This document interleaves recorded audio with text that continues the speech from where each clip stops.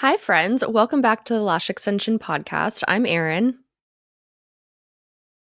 And I'm Tress, and today we are going to be bringing you a brief episode about staying in the moment and how to do that and how it can impact your life in such a positive way. Um, Whenever you're listening to this, I think that it's still relevant, but right now we are in the holiday rush, and there are so many things that have happened lately, and Aaron and I were just talking about it. We are both kind of in this place where coming back to being present in the moment that we're in is what's helping us really like live and love our lives. I think there's probably a better way to say that, but it's something that I kind of went away from for a while, and I'm finding that I need to come back to this place of living in the present moment because Mhm. it's life changing, but it's easy to Yeah, forget. it's like sometimes our future and sometimes our past weigh heavier on our minds than our current moment. And that's always been really Hmm. interesting to me. I just read it was like quotes or advice, or I don't really know what you would consider it, but it was basically saying for anxiety is, hold on, I don't want to butcher it, but it says anxiety is the fear of something that you are thinking the future will be. And I was like, Hmm. hello? And then, when Yeah. it comes to the past, like we're so wrapped up in the past of like, whether it's shame, whether it's guilt, whether it's embarrassment, whether it's, that didn't feel good, or whether it's like, I used to have this really good thing and now I'm comparing my present moment to what used to be so good and now it doesn't feel as good, or whatever your comparison to the past might be. And it really, when we start focusing on either the future or the past, it really, really takes us out of the present moment. Yeah, I listened to an 8-minute Instagram post, and it was really interesting from the marketing perspective. I was like, "Oh, that's smart," because on the front of it, like it stayed there the whole time. It just said 8 minutes that will change your life. Like, listen to the whole thing. And I was like, "Cool, I have 8 minutes. I'll listen to the whole thing." But like it probably would have lost me before that. Anyways, I thought that was interesting. But it was an expert, like psychologist, neurologist, like very, very smart human being that was talking about success in life. And he's like, I used to think that like 40 to 50% of success in life was about being present in the moment, being fully aware. And he was talking about just different concepts of like people who like teach that success in life is being like fully aware. And he's like, I've come to the point where I'm like 90% of success in life is being fully in the moment and aware of right now. And I thought that was so interesting because the person interviewing him, was it like Diary of a CEO or something? It was like a really famous podcast.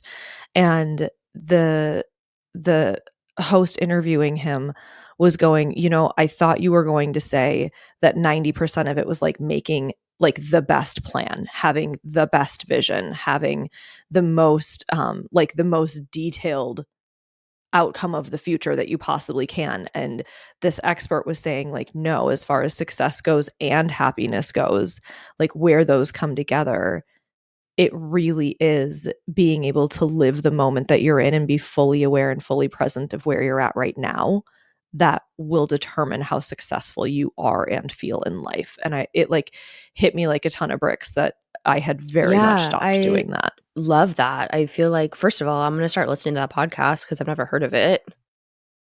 It's so good. I'll send it to you, and if anybody is listening to this and wants it, I'll send it to you. It's like Yeah, I've never heard of so that before, but famous. I would love to listen to it. What that totally resonates with me though, because when I am observing other people, one that are very successful, but they're also wildly observant and present in their current moments. And I've always found that incredibly fascinating because I'm like, what are like, it's such an enigma in my mind. And so I'm observing them. Like Michelle from PLA is a perfect example of this. She is one of the busiest people that I know. And she is also one of the most present people that I've ever met. Like every moment that you are with her, it feels like you have her full attention and she's genuinely just with you. Whether it's a conversation, whether it's work related, like her ability to pivot mentally, like she is just incredibly multifaceted and talented in that way. And I've always been really fascinated with that. And um, one of the things that this is like, I don't know, marrying two concepts together, I suppose. But a lot of the conversation and narrative that's been happening on social media and that we're being taught right now, or that's being pushed, I suppose, is like the work life balance, work less to make more, that sort of conversation. And I share like a little controversial opinion about it? I mean, I think Yeah, that's why we're it's not. here.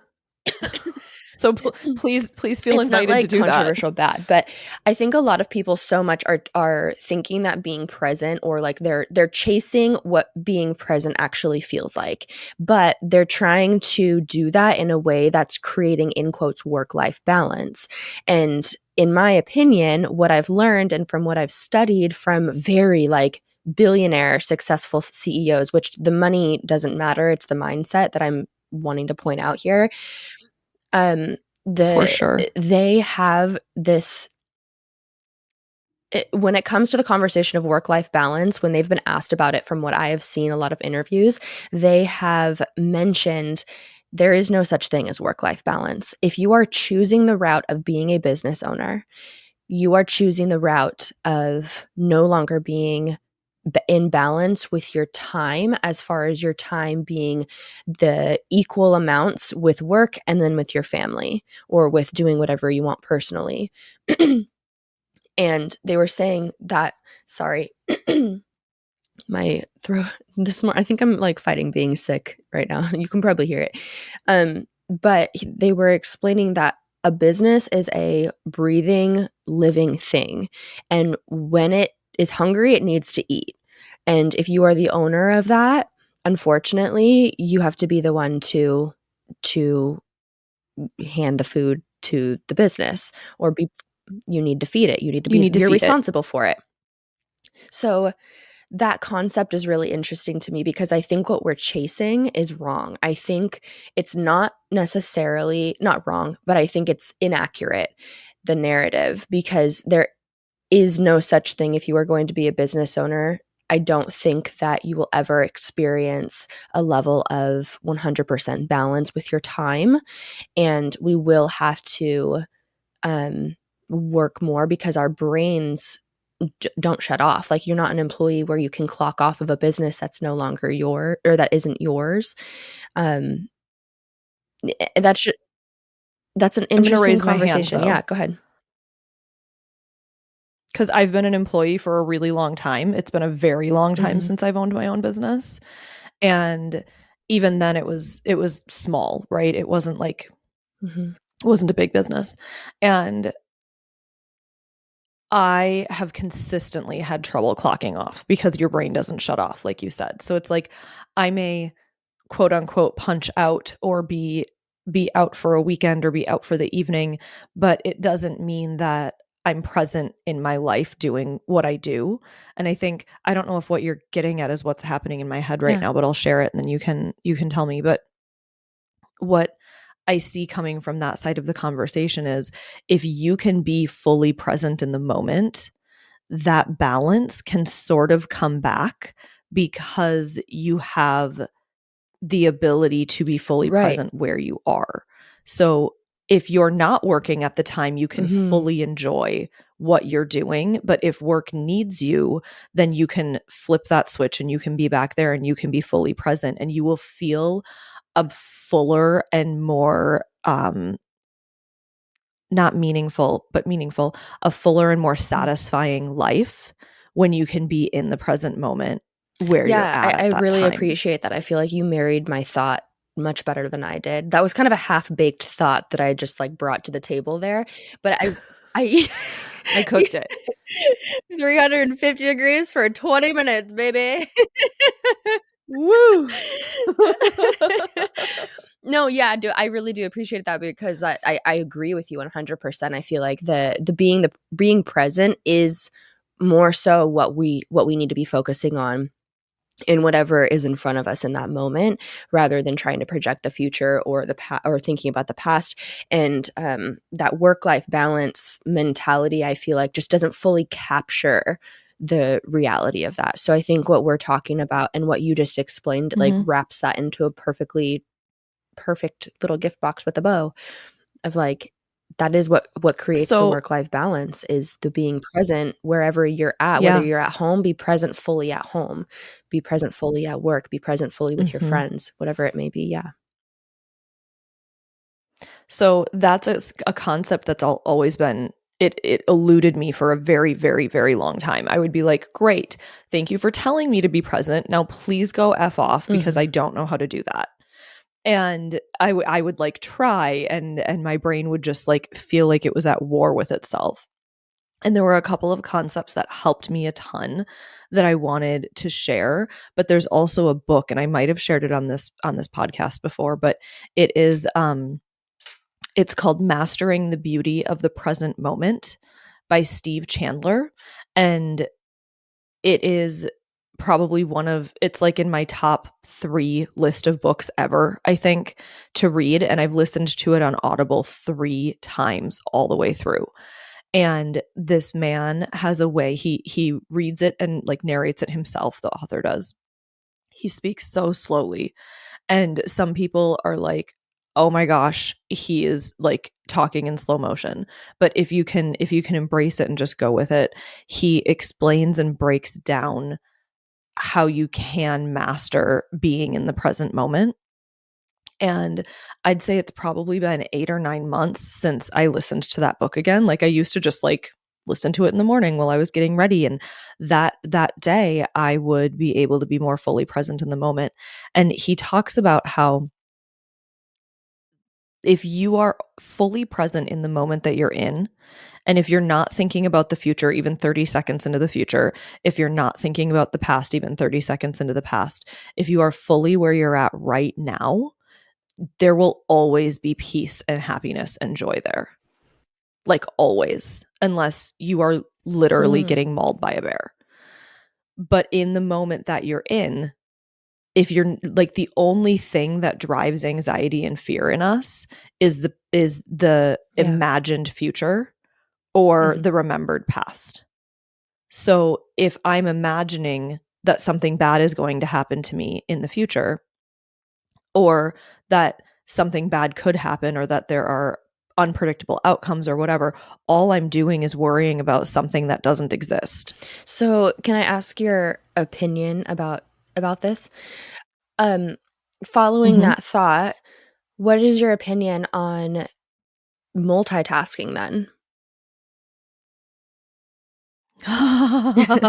Because in my opinion, like, as I sit here right now on this podcast, I have a meeting to get to in 20 minutes, and someone's messaging me right now and needing me to send a link, right? So I'm texting as we're recording this podcast because someone's needing my attention for a meeting in 20 minutes. So, That's the best question, and I needed you to ask that question for me to yay. figure out Okay, how to love this. talk about it. Yeah.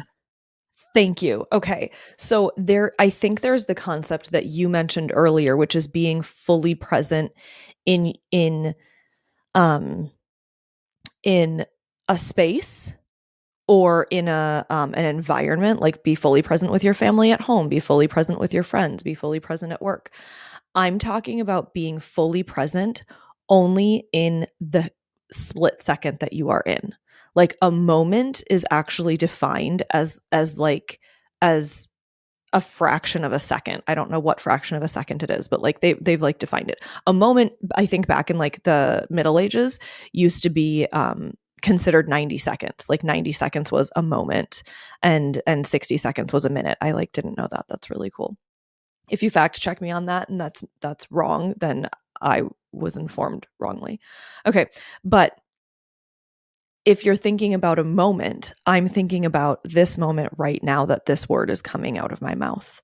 So if you are in this podcast with me and you have multiple things that you need to be doing because they require your time and your attention, I technically don't see that as a problem because you can be fully in the space that you're at and need to have your attention divided into two different places. And you can take a moment or a thought or a second to do the thing that you need to do and still be fully present where you are, not thinking about, 20 minutes into the future, 20 days into the future, or Yeah, 20 one thing years that into the future. yeah, Does yes, that yeah, make yep, sense? yep, yep.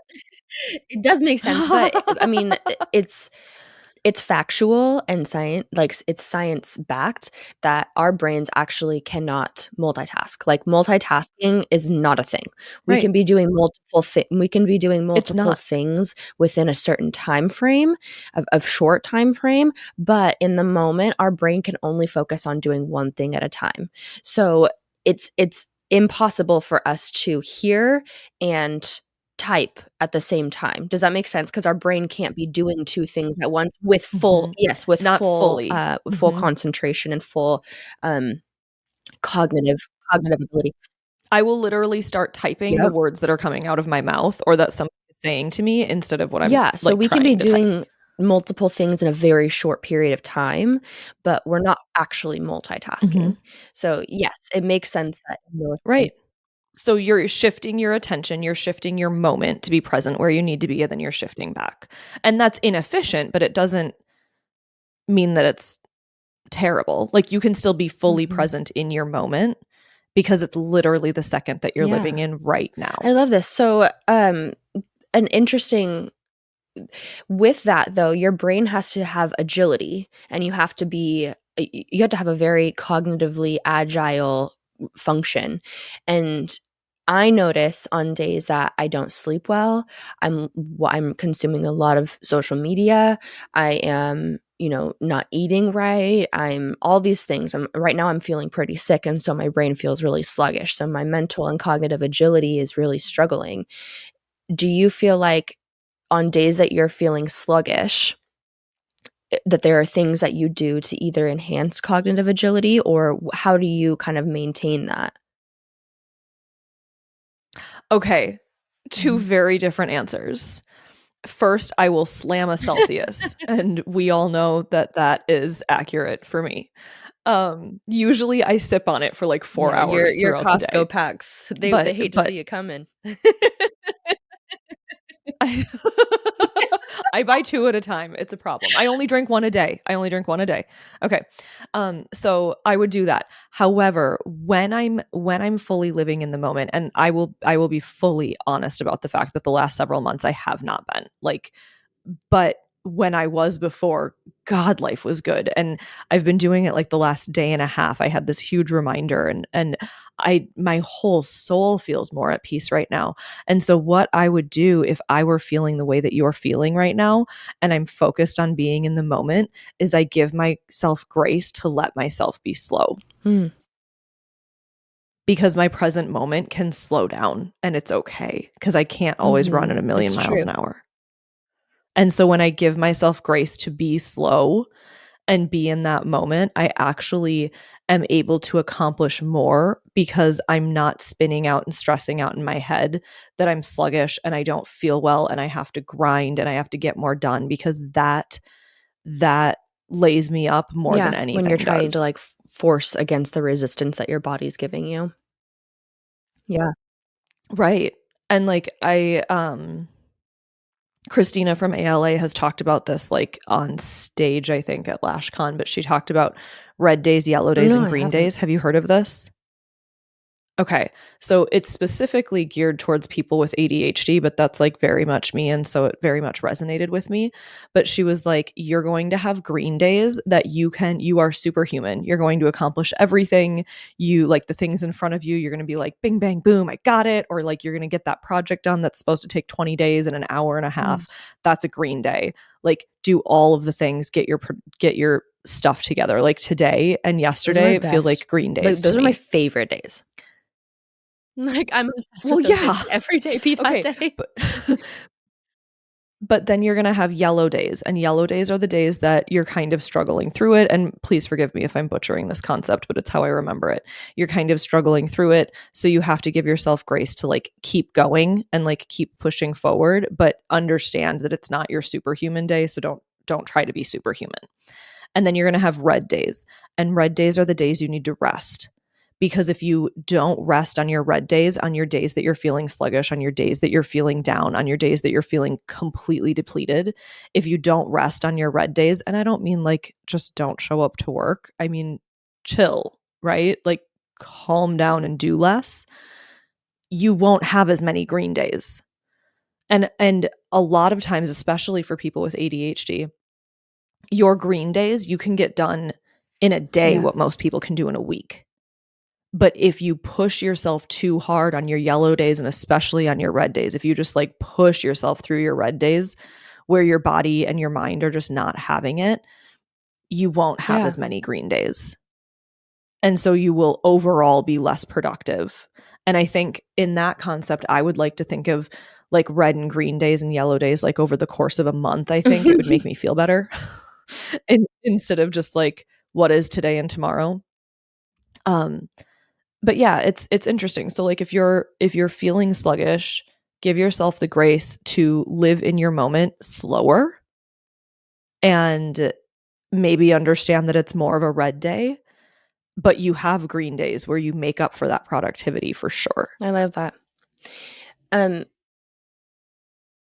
in my mind, sorry, that was a quick pause. I had to formulate this thought. In my mind, I really noticed this is a totally personal thing. I'm just sharing the thought out loud. I notice that Okay. for me, I know a lot of people listening to this, you and I, we're very high achievers. We have a lot of drive. We have a lot Mhm. of like, we want to push ourselves to be our best all the time. I have no, I don't even know where I it mean, comes from. I kind of know where it comes from, but I kind of don't. Um, anyway, my thought with this though is like, for me, the terminology, and this is not me going against what you're saying, this is just again the thought that is connecting in my brain to make this relevant to me so that I can apply this to myself moving forward. Mhm. The term giving myself grace, oftentimes when you're very ambitious and you have this drive that you're just trying to push yourself forward and be in the excellence category, that term sometimes doesn't resonate all the time. Sometimes it feels a Great. little bit Yeah. like grace doesn't get me to the goal. Does that make sense? So Can you so no, but replace it with I kindness? Be kind replace it to with yourself? permission.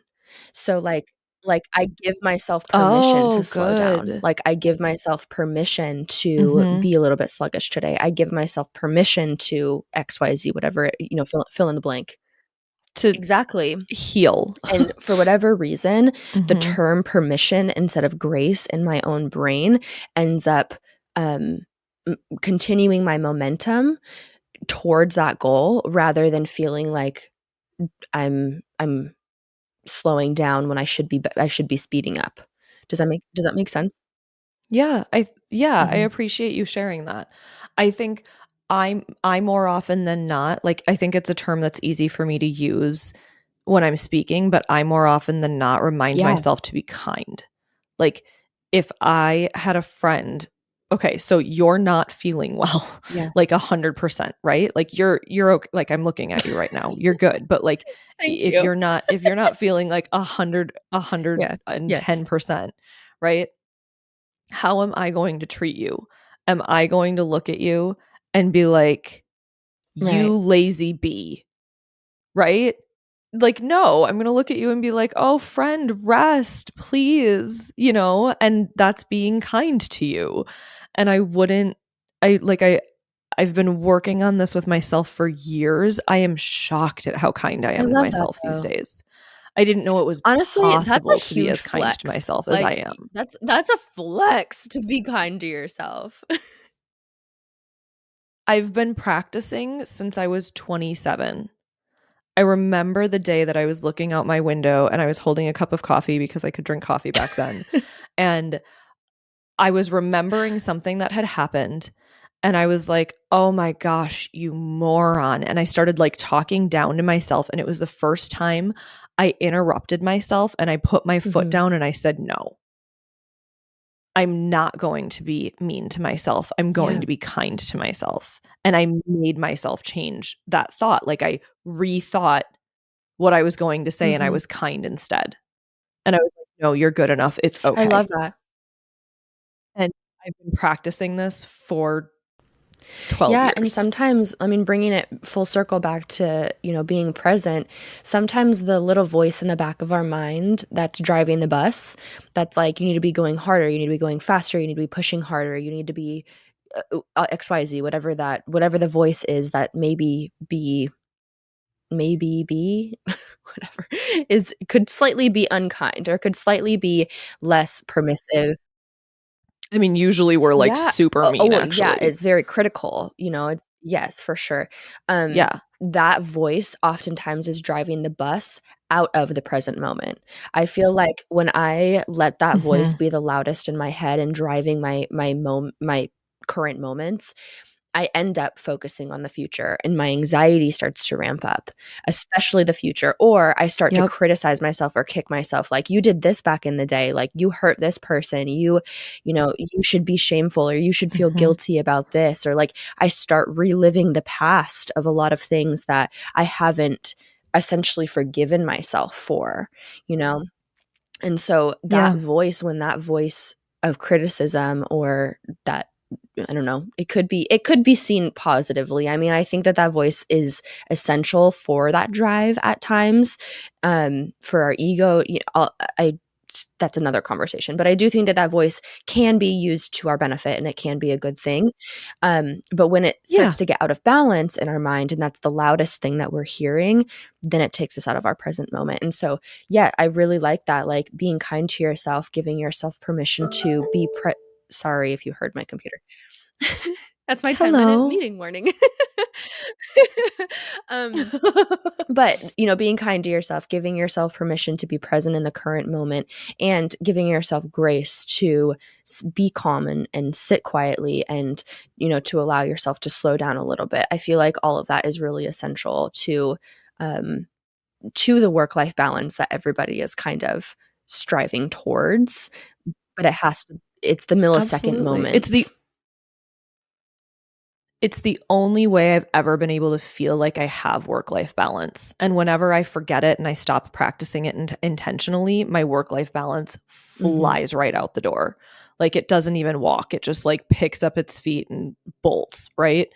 And if I'm practicing this, I do have time to be with my family, like, intentionally. I have so much more time that I'm not distracted all the time. That's the biggest thing for me, is I'm not distracted all the time when I'm living in the present moment because I'm allowing myself to be here instead of trying to think of all the things I need to think about. So I have two plugs at the end of this here.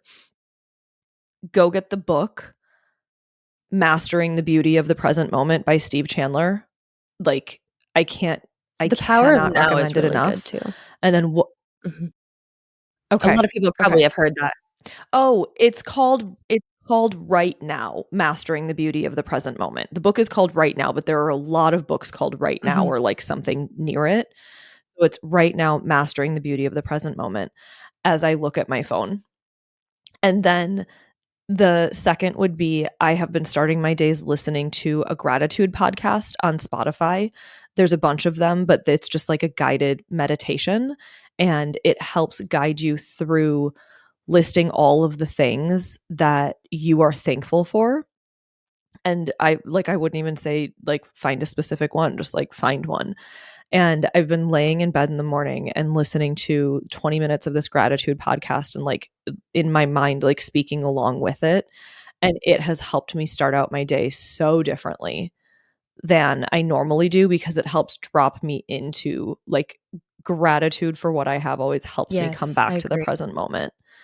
And it's so powerful. It's so powerful to focus on gratitude. Like, your life can change if you choose to focus on gratitude. Yeah. Everything can change. Awesome. Thank you for sharing that.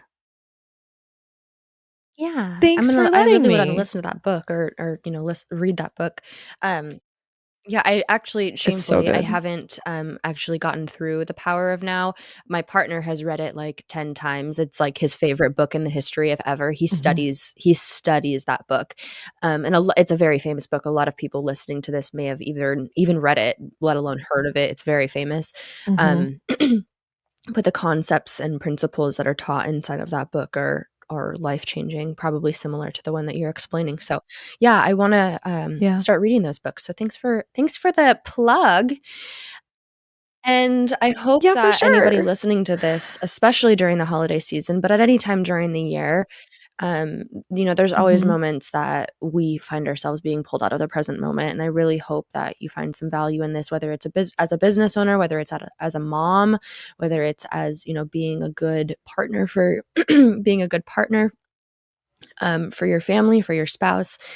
And I'm losing my voice. I'm like I'm fighting for it. That's okay. I'm I'll fighting I'll for it. I'll I'm wrap it fighting up. for my voice right now. But You're I doing genuinely do great. hope that this episode gave somebody permission or, allowed somebody to be present right now. Mhm. Yeah. Just take a deep breath and be right now. You can't live Yeah. somewhere that doesn't exist. Yeah. And that's the And we past and the love you guys future. so much and thank you for being here. See you Love next you time. guys. See you next time.